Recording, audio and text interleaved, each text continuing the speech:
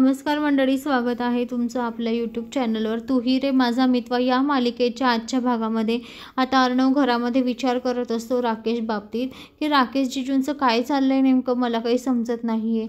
सकाळी पण मंदिरामध्ये ते असे लपून लपून कोणाकडे बघत होते आणि घाबरलेले होते. काय चाललं काय होतं त्यांचं, ते माझ्या दीदीला फसवत तर नाही ना, नाहीतर माझ्या दीदी बिचारी खूप साधी, तिला काहीच कळत नाही. या राजेशचं येणं मला बघावंच लागेल जिजूंचं, कारण त्यांचं काय चाललं आहे काय नाही. एवढं मंदिरामध्ये एवढे घाबरलेले का होते, पण ते कशासाठी आणि कोणाकडे बघून ते एवढे घाबरलेले होते. आणि जेव्हाही बोलवलं तेव्हा ते इकडे तिकडेच जातात, म्हणतात की एक फोन करून आलो, मला फोन आला आहे. फोन करायला जातात आणि 2 तास तिथेच घालवतात. कोणत्याच ठिकाणी कोणत्याच पूजेला ते हजर नसतात. असं आता अर्णवला प्रश्न पडत असतो त्याच्या डोक्यामध्ये. रात्रीसुद्धा ताई पैशांसाठी माझ्याकडे आली होती, तेव्हाही ती म्हणत होती की त्यांना खूप टेन्शन आलेलं आहे पैशांचं.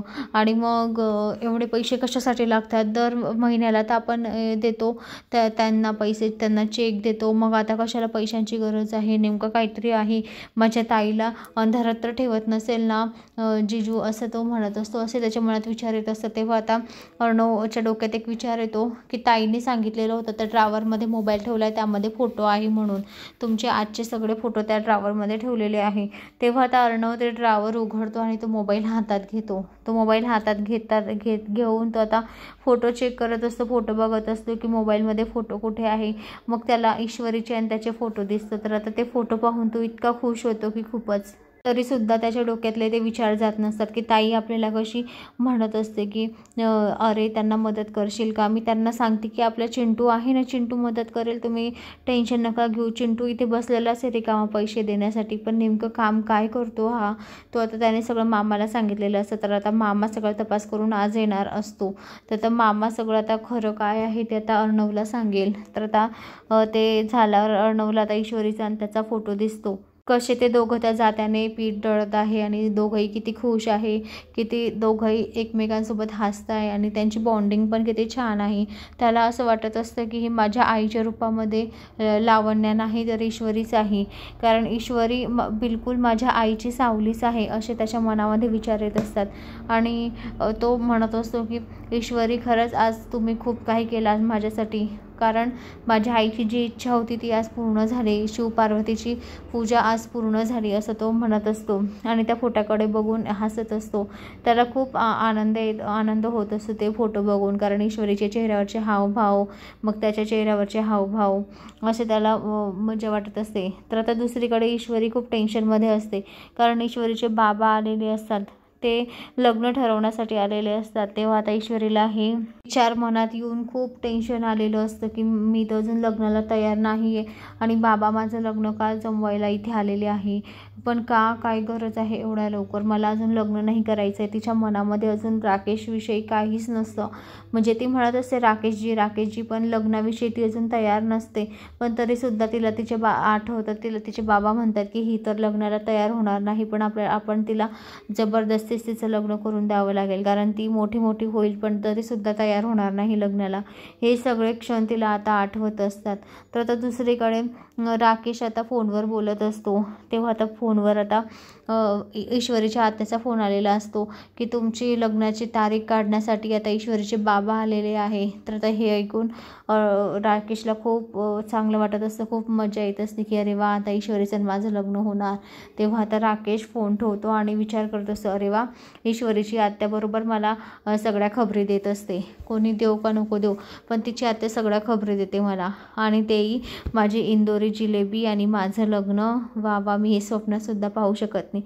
खरंच माझी इंदोरी जिलेबी आता माझी होणार, आमच्या दोघांचं लग्न होणार, आम्ही नवीन संसार थाटणार, असं तो आता स्वप्न बघत असतो. पण आता त्याला माहीत नसतं की अर्णव त्याचासुद्धा तपास करतो आहे आणि म्हणजे राकेश काय कांड करतो आहे ते सगळं आता अर्णव शोधून काढणार आहे मंडळी. तर राकेश इथे ईश्वरीसोबतचे लग्नाचे स्वप्न बघतो आहे आणि इकडे अर्णव आता त्याचे कांड समोर आणणार आहे की राकेश काय करतो काय नाही, याला पैशांची काय गरज पडते आणि पैसे कुठे खर्च करतो, खरंच गोरगरिबांना मदत करतो का स्वतःसाठी खर्च करतो, हे सगळं अर्णव आणि मामा आता त्याचे कांड आता ओपन करणार आहे. तर आता इकडे दुसरीकडे अर्णव घरामध्ये काम करत असतो. तेवढंच आता मामा तिथे आलेला असतो. तर मामा म्हणतो की अर्णव, तेव्हा अर्णव म्हणतो काय मामा, माहिती पडलं का तुला, काही समजलं का तुला? तेव्हा आता मामा म्हणतो हो मला समजलं. तर तुला सांगू का, त्या NGOला धान्याची काही गरज नाही आहे, धान्याचा तुटवडा नाही आहे. अर्णव तुला माहिती का, हे जे आपण चेक ट्रान्सफर करतो, पैसे ट्रान्सफर करतो ना, ते कोणाच्या अकाउंटवर जातं, त्या NGOच्याच अकाउंटवर जातं का नेमकं कोणाच्या अकाउंटवर जातं ते आपल्याला तपास करायला पाहिजे. ते ट्रान्झॅक्शन सगळं आपल्याला चेक करावं पाहिजे असं आता मामा अर्णवला सांगत असतो. कारण माझ्या भाचीचा प्रश्न आहे, शेवटी माझी अंजली खूप साधी आहे, माझ्या अंजलीवर कोणतंच काहीच हे येऊ देणार नाही मी, असं मामा म्हणत असतो. तेव्हा अर्णव म्हणतो मामा रिलॅक्स होईल सगळं, आपण तपास करू की नेमकं काय आहे ते. NGOचे आपण दर महिन्यात चेक देतो, तो कोणाच्या अकाउंटवर ट्रान्सफर होतो ते आपण सगळं चेक करू. तेव्हा आता अर्णव विचार करत असतो हे तर मोठी गफलचोट आहे, नेमके काय गंभीरतेचा प्रश्न आहे, आता शोध घ्यावाच लागेल, तर राजेशच्या मागे आपल्याला लक्ष ठेवावंच लागेल असं तो म्हणत असतो. तर पुढील भागात आपल्याला असं पाहायला मिळतं की आता लावण्य आणि ईश्वरी तिथे आलेली असते. तेव्हा आता अर्णव म्हणतो की काय ग लावण्य, काय चाललं आहे, तू किती बदलण्याचा प्रयत्न केला ना, तू जशी आहे तशीच राहशील, तू अजिबात बदलणार नाही. अर्णव तिला परत म्हणतो की लावण्य, हे तुझं जे दिसणं आहे ना ते सगळं फेक आहे आणि तू मला ओळखत नाही असं तो म्हणत असतो. तेव्हा आता लावण्य त्याच्याकडे एकसारखी बघतच असते. Just fake like, just fake flower असं तो तिला बोलून दाखवत असतो. आणि हे काय जे तुझं वागणं आहे ना ते आधी बंद कर, मला अजिबात आवडत नाही.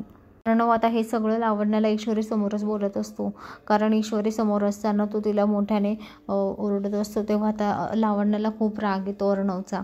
तर आता पुढे ईश्वरी अर्णवला आणि लावण्याला एका कॅफेमध्ये बोलवलेलं असतं, पण त्या ठिकाणी अजून अर्णव पोचलेला नसतो. तर आता त्या ईश्वरी आणि लावण्य त्या कॅफेमध्ये पोचलेली असते. तेव्हा आता लावण्य तिला प्रश्न करते की काय ग ईश्वरी, तू ARला आणि मला इथे का बोलवलं आहे, काय काम आहे इथे कॅफेमध्ये, नेमकं या कॅफेमध्ये एकत्र येण्यामागे काय मोटिव्ह आहे तुझं, मला सांगशील? हो लावण्य मॅडम, तुम्ही मला बोलल्या की खरं सांग, म्हणून मी तुम्हाला एकदम खरं सांगायला इथे आलेली आहे. मला तुम्ही आहे ना अर्णव सरांसाठी अजिबात परफेक्ट मुलगी नाही आहे, समजलं का? तर आता हे ऐकून लावण्याच्या पायाखालची जमीन सरकते. लावण्य म्हणते काय बोलते, काय तुझी लायकी तरी आहे का असं बोलण्याची, असं आता लावण्य ईश्वरीच्या तोंडावर म्हणत असते. तर तिकडे ईश्वरी म्हणते हो खरंच अर्णव सर तुम्हाला एकदम पाण्यात बघतात आणि त्यांना तुम्ही एकदम परफेक्ट मुलगी नाही आहे असं आता ईश्वरी तिच्या तोंडावरच तिला सांगते. तर आता हे ऐकून लावण्याला खूप राग येतो ईश्वरीचा. आणि हो मला आहे ना खरंच वाटत नाही की तुम्ही अर्णव सरांसाठी एकदम परफेक्ट आहात म्हणून. आता असं 2-3 वेळा सुनावून आता ईश्वरीने लावण्याला एकदम हलक्यात पाडलेलं असतं, लावण्याला चांगलीच सुनावलेली असते आणि तोंडावर पाडलेलं असतं. तर मंडळी आता लावण्य पुढे काय पाऊल उचलेल आणि अर्णव ईश्वरीबाबत आणि बाबतीत काय पाऊल उचलेल हे आपल्याला येणाऱ्या पुढील भागात पाहायला मिळेल. तर मंडळी आता इकडे हा वेगळाच घोळ लावण्याचा आणि अर्णवचा, तर राकेशच्या डोक्यामध्ये वेगळंच घोळ असतो की ईश्वरीचं आणि माझं लग्न होणार. तर मंडळी आता आपल्याला पुढील भागात पाहायला मिळेल की नेमकं आता राकेशच्या ईश्वरीचं खरंच लग्न होतं का आणि अर्णव हे होऊ देईल का, हे आपल्याला येणाऱ्या पुढील भागात पाहायला मिळेल. तर मंडळी अशाच मालिकेच्या नवनवीन अपडेटसाठी चॅनलला लाईक आणि सबस्क्राईब करा, शेअर करायला विसरू नका. अजून कोणी चॅनलला सबस्क्राईब केलं नसेल तर प्लीज चॅनलला सबस्क्राईब करा. धन्यवाद. असेच नवनवीन व्हिडिओ तुमच्यासाठी तुम्हाला या चॅनलवर येत जातील.